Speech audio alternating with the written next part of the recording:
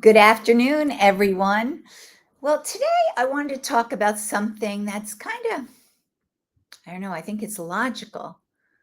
But let me ask you, one and done, has that worked out well in your life? Think about it. You want to get in great shape. You go out and you run 5 miles. Is that it? Are you in the best shape of your life then? No.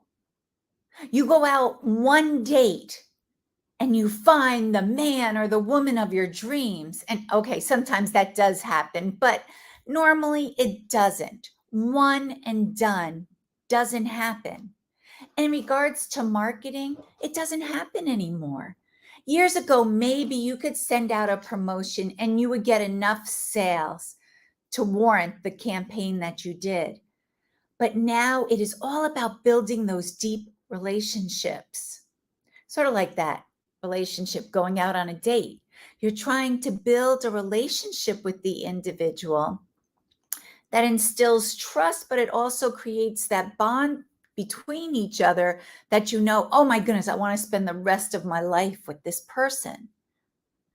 But today, email marketing is the same way. You have to send a sequence of emails to the people that educate them and get them excited about your product, that they feel like you truly understand them. And that's not going to be with a one and done email blast. Sometimes they might see your first email and they may not even open it. So you have to set up a sequence, and the sequence has to be different based on the action the person takes. So let me just tell you about a few sequences that have worked out well for my clients. The first sequence is towards an individual that's not opening up the email. So you send out the first email. They don't open it. But you go back, you look at the list, the segment, the people, and you know they're the exact people who need what you have to offer. So I tell the client, tweak your subject line, make it resonate more with the individual, keep the same HTML, and blast it out again. Again, if they don't answer it, again, I say, okay, let's change the subject line up, but this time let's do a very personalized message to them. So, dear Donna, we know that you love to cross country ski and you just really want to see these new skis that we're offering. Guess what? I'm hooked. I'm hooked from the subject line because I love to cross country ski. And they have me open it. But you say, oh, but we're on the B2B side. Okay. I'm a chief scientist and you've got this super microscope that I need to fulfill a spot in our laboratory. You put that in the subject line, the person's going to open up the email. But all along, don't get discouraged because you are branding. Even if they're just looking at your from and your subject line, the branding is out there. You're getting your name out in front of the person. And so you set up that sequence that entices the person then to open the email and then to take action. From those different actions that they take, you can set up a different sequence. So one, you have the people who don't open the email. Then let's say you have the people who open the email but don't click. Go back, look at the content again. They opened it, but why didn't they click? It must not have been relevant to them. But why? Do you know that your offer is definitely something that would be of interest to that segment? And if you can answer 100%, yes, it is, then maybe you need to change that call to action, the wording there, or the benefits they'll get from your product so that it really resonates with them. Because if you know that these individuals are definitely interested in what you have, you've got to make sure that your content is speaking to them about those problems they're having. You've got to speak to them as if you are reading their mind. And when you write that down and you speak to them as if you're reading their mind, they're going to be like, oh my goodness, this company gets me. This company gets me. I've got to click. I got to see what this offer is. And so you click.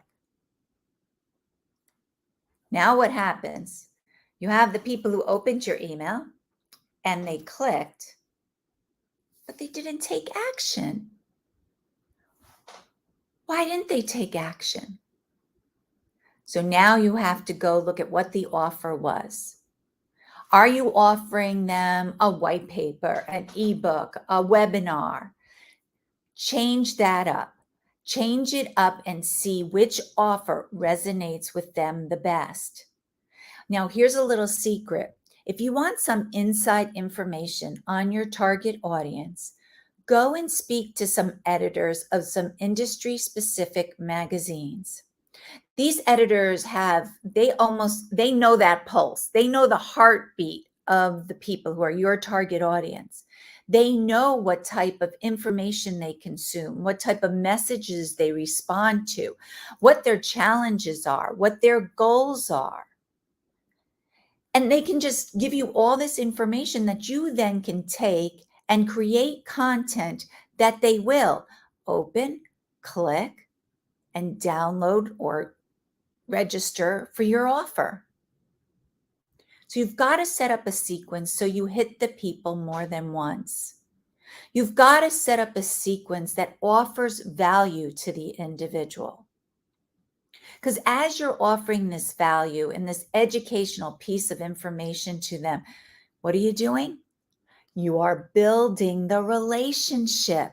And as you build that relationship, that's when you will instill trust. And we all like to buy from companies we trust. That's what marketing is about now. It's no longer those big, massive promotions with general messages out to a large group of people. It now has to be to very segmented groups with content that speaks directly to that individual that they'll want to resonate with. And it builds that relationship that instills trust. And that's why I always tell my clients a cohesive strategy is the best. I love email marketing because it's direct to your target audience, but those banners and social posts complement the email, keeps your brand top of mind, and might remind them to go back to the email. We're all so busy during the day. I know I get emails that I really like and really want to click on, but I'm too busy right now. So I put it off to the side for later. But the problem is sometimes we never get back to later. But if I see that banner, it reminds me and I'm like, oh, that's right, that email. I got to go back to that. And that cohesive strategy just gives your company more validity that you're the person in the space that understands them.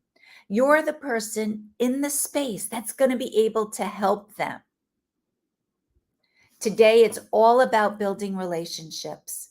And when you build a relationship, it has to be a sequence of events. And when you go into the people, it has to offer value, not those simple checking in, or don't say a subject line that isn't truthful. Like right now, oh, my little 5-year-old daughter drew you this picture.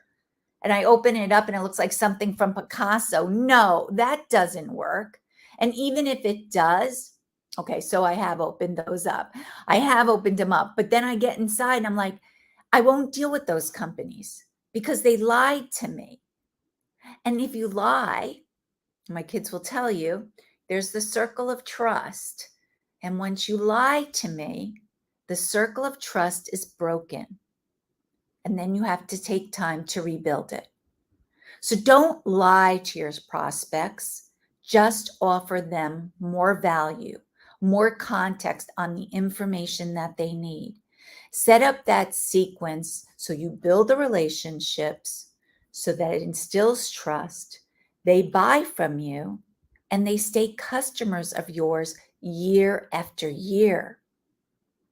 That's when a company gets that nice sales going up like that. It won't be this roller coaster ride. It'll be a nice sales going up because people trust you, because you give them what they need. They know you have their backs. So sit down now, figure out what is the best sequence for you. If you have any questions, please feel free to reach out to me at dpeterson@worldinnovators.com. And you can also reach me on LinkedIn, Donna Ann Peterson. And you can also check out our YouTube channel, World Innovators. I'm always talking about a variety of topics that will be of interest to you. Talk to you later and hope you have a great day.